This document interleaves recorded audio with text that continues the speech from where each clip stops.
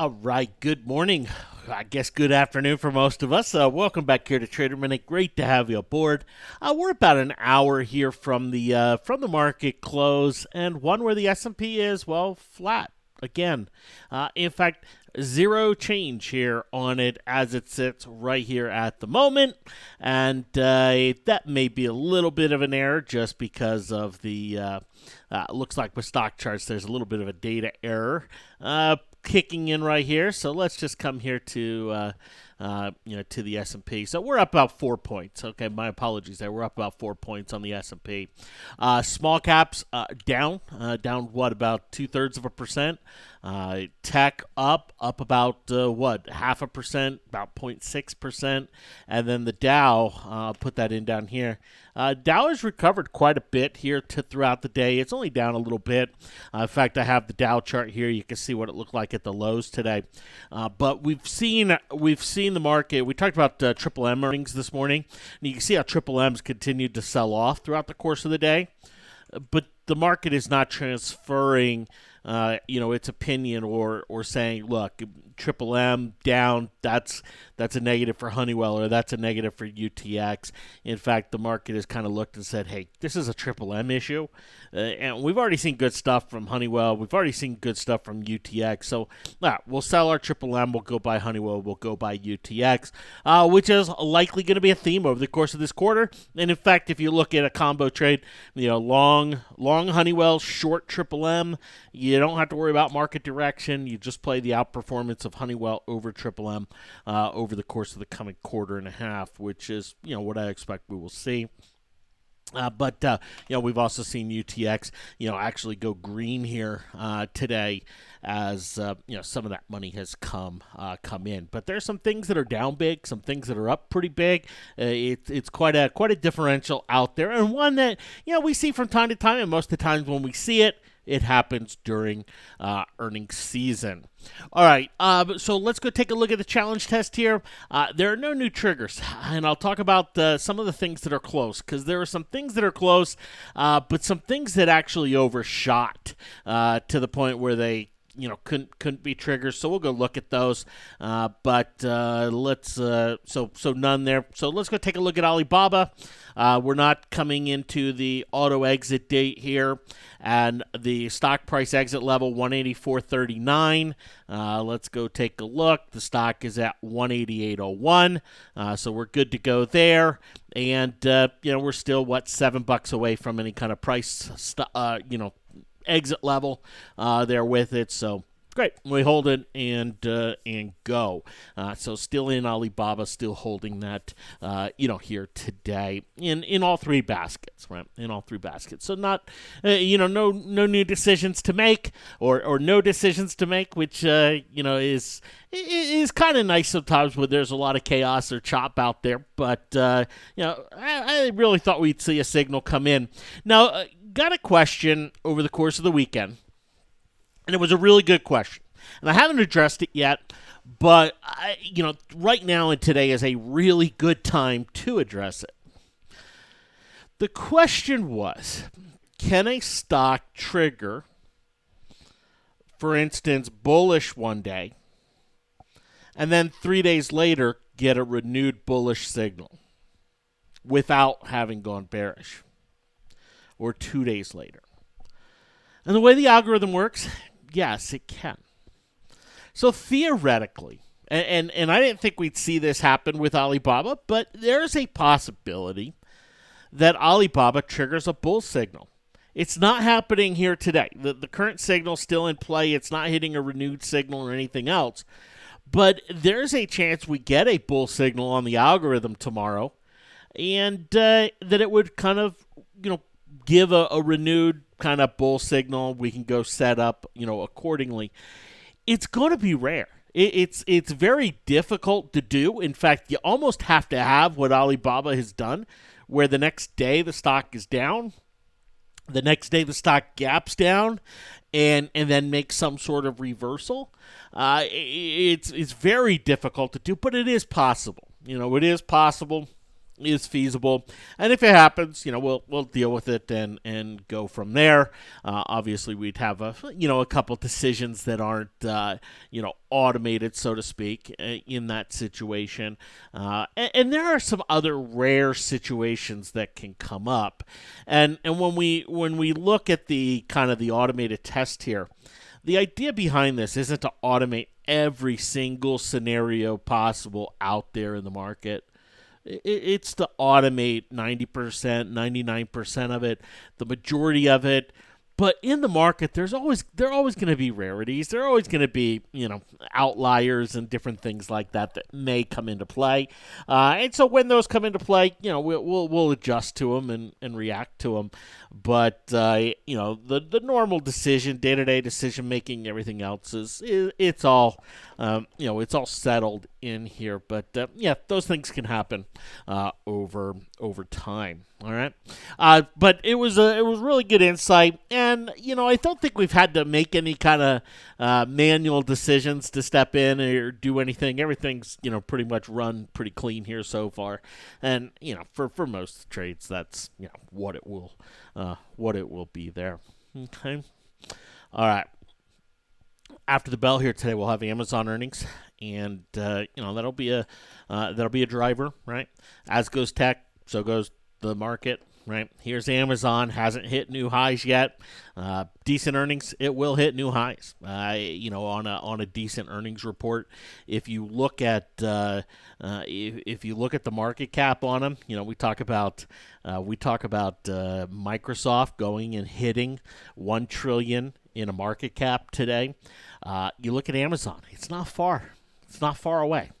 They wouldn't have to drive Amazon up more than 7-8% to push that $1 trillion market cap level.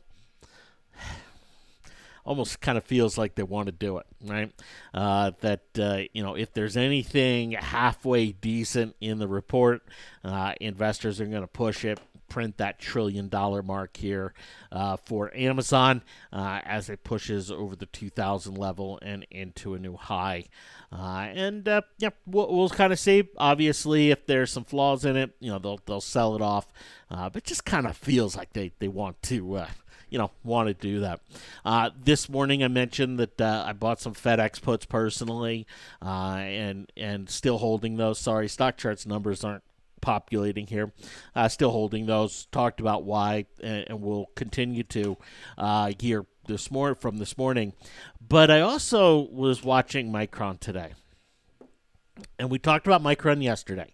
And that if it's able to start to break out, there's going to be a nice opportunity here. And this morning it gapped up, and in fact it was trading up $1. And let me come in here where we can actually see the chart. It was trading up. And you can see initially, boom, pop, pop, pop, and then flush, right? Okay. You know what? We saw some chaos in the market this morning. All right, whatever. But as the day has progressed, we have not seen the buyers step in. We have seen this kind of vacuum of buyers here for Micron on another attempted breakout. And we see Micron continuing to weaken here throughout the day. So not something I could play to the upside or look to play to the upside right here. We've seen kind of the rest of the group in the industry kind of do something similar. You see AMD. I mean, it just got boat raced here this morning. You look at Western Digital, same thing. So it was a sector type of move where they just completely sold the sector. Because let's face it, Microsoft's earnings were not a positive for the sector. Right, for the microchip sector. Microsoft's earnings were a positive for the cloud sector, and that is Adobe, that is Amazon, that is IBM to a lesser degree, a much lesser degree, but CRM, which Salesforce you see up very nicely here today, and that's where Microsoft's earnings came in, and we're a big positive. Okay, so anyway, that's nothing. There's nothing there for me to be a buyer of here just yet. Do I want to step in and short it? I made this. I was talking with somebody earlier today, and I kind of used this analogy. And let me grab the exact term here because I noted it down. And he said there were morsels sitting in front of the bears here today. And I said, yeah, bears are sitting in their cave and they're seeing some of the morsels being thrown at them and they're looking out and there's no storm right now and they're just wondering, okay, is this the eye of the hurricane? And as soon as they step out to grab some of these morsels, does the next leg of the hurricane come and, scoop them on up here and wash them away? And, I will kind of feel like that with Micron, right? It's one where, where I stand. I'm bearish on it. But I understand from a technical standpoint, if we get a breakout, there's the $50 level that is potential and in play. I don't think it's fundamentally justified, but technically it is in play. From a charting standpoint, it is in play. So, I ultimately I'd rather play Micron to the downside. Nice little reversal here today, but I'm not stepping into it either way. I'll take a look at kind of how it sets up and shapes up here tomorrow. I feel the same way about AMD and just kind of looking for the right opportunity and still just haven't found it here, in order to, found that opportunity to really step in. Now, after the bell here today, we're going to have some earnings. We mentioned Amazon, but we're also going to have Ford. And Ford, GM earnings, the auto earnings, they will, they'll be interesting. We've seen Ford make a nice little run up, selling off a little bit here today, but nothing too major. And, again, it's one of those where what happens the day before earnings does not dictate how the earnings reaction is. And I know people will say, well, Ford's selling off ahead of earnings. Somebody knows something, it's going to go down. But, how many earnings does this type of action come in and then the stock gap up and vice versa? So it's not indicative of somebody knowing anything. But I do think Ford, General Motors earnings, are going to be interesting. I don't think the market's going to be very reactive to them. The market has kind of moved past this idea that more cars equals more economic growth. Because you do have, population centers in the cities and mass transit and all these other types of elements that, okay, you know what, if auto sales are down, is it that big of a deal? And, the answer is no. It really just isn't from an economic standpoint. But what may be are truck sales. Right? You look at truck sales, and those are going to be a little more, economically linked. Right, more truck sales, better economy, fewer truck sales, worse economy. As those are the trucks are used in a lot of a lot of different industries. Mining, from mining to construction to they're all over the place, right? And so I do think truck sales will be interesting, but I don't think the market's going to look at Ford or GM's earnings and go, well, this is what the economy is going to do. I think it'll just kind of take it as a balancing act and go, okay, you know what? If there's something really negative here, it'll probably wash it away. It'll probably sweep it under the rug with the way that the market has been here of late. And just kind of say, you know what? As long as tech is strong, who cares about Ford? Who cares about GM? In terms of a reaction. And I think that is the path of least resistance. And the only way that's going to change is if we see some gnarly tech earnings come out, some really negative tech earnings come out. And if we start to see some negative tech earnings come out, yeah, things could change a little bit. But, as it sits right now, the tech earnings have been stellar. Outside of tech, there's some, we already have some economic weakness already indicated in UPS and already indicated in Caterpillar and already indicated in, something like a Triple M, albeit, Honeywell and UTX would disagree. But, it's not one where I think the market's going to look at Ford and GM auto sales and say, hey, you know what, this is going to be a game changer, out there.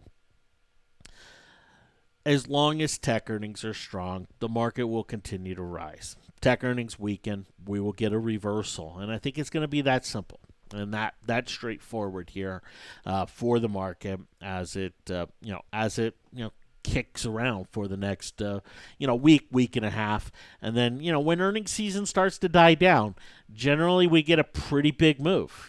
Generally when earnings season, when the market is flat to neutral during earnings season, you tend to get a pretty big move after earnings season. Once the dust settles, you tend to get some trend really start to emerge in the market. Will we see that here? I think the chances are pretty good that we do. Thanks for hopping on. Have yourselves a great one, and we'll talk to you tomorrow. Take care.